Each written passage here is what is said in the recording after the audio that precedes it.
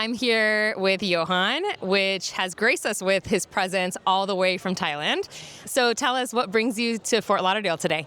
So I'm in Fort Lauderdale for this week, meeting up with a lot of people, and I'm excited to be here because this is like one of my favorite meetups, and it always aligns up perfectly whenever I'm here. Made a lot of cool people here, so this is another reason. So yeah. When was the first time that you came to the Fort Lauderdale Tech Meetup? I came here, I think, exactly 1 year ago, and then I ended up meeting someone who I do a lot of work with, and I'll end up coming here quite a bit to see him, which is amazing. So I love this place a lot. That's amazing. So that's an amazing reason why you all should come to Meetup events, is you end up finding people to do great business with. Yes. Tell me, what has brought you to this phase in life? Like, what happened before that brought you to where you are today? Because I don't know a lot of your story and I want to learn more. That's a deep question. I really like that. I've just always been in tech my whole life, and I feel like all the tiny stuff, this is a very cliche answer, I think, but like all the tiny stuff just like brought me here.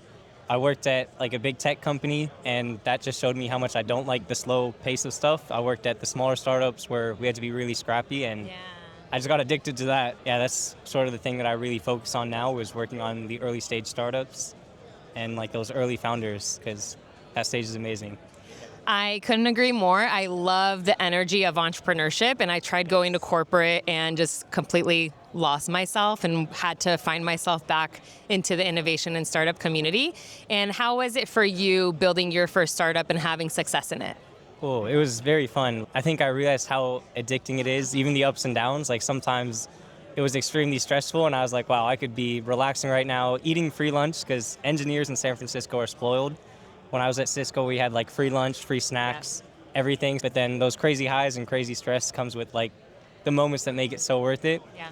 And it's just addicting, both sides of that spectrum. I think the only perk I miss is health insurance. Oh, yes. I don't care about like the snacks and like the free massages. I'm like, just give me health care. Yes, that was also a good perk.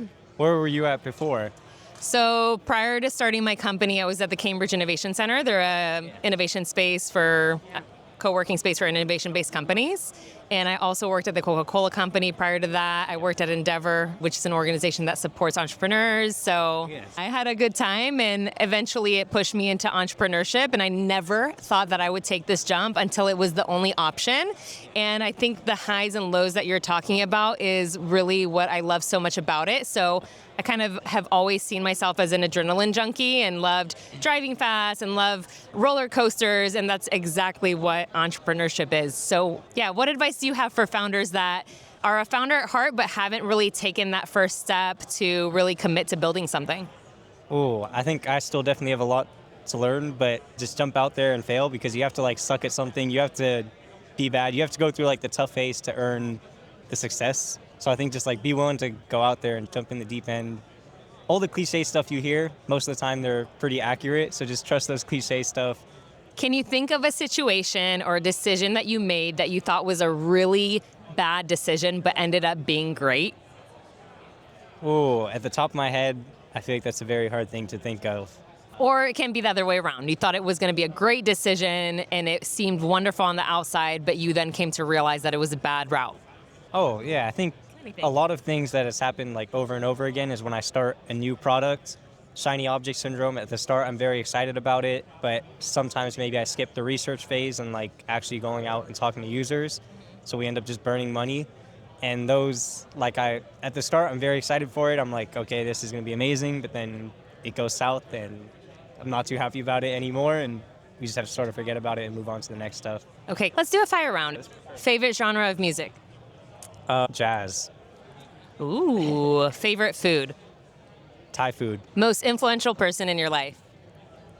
I don't know why. Justin Bieber came to my head, so I guess he is the most influential because he came to my head first, right? Your next big dream? Another exit within the next 15 months. All right, thank you so much. Thank you so much. Well, you have plenty of content to work with. Yes, thank you so much. That really means a lot.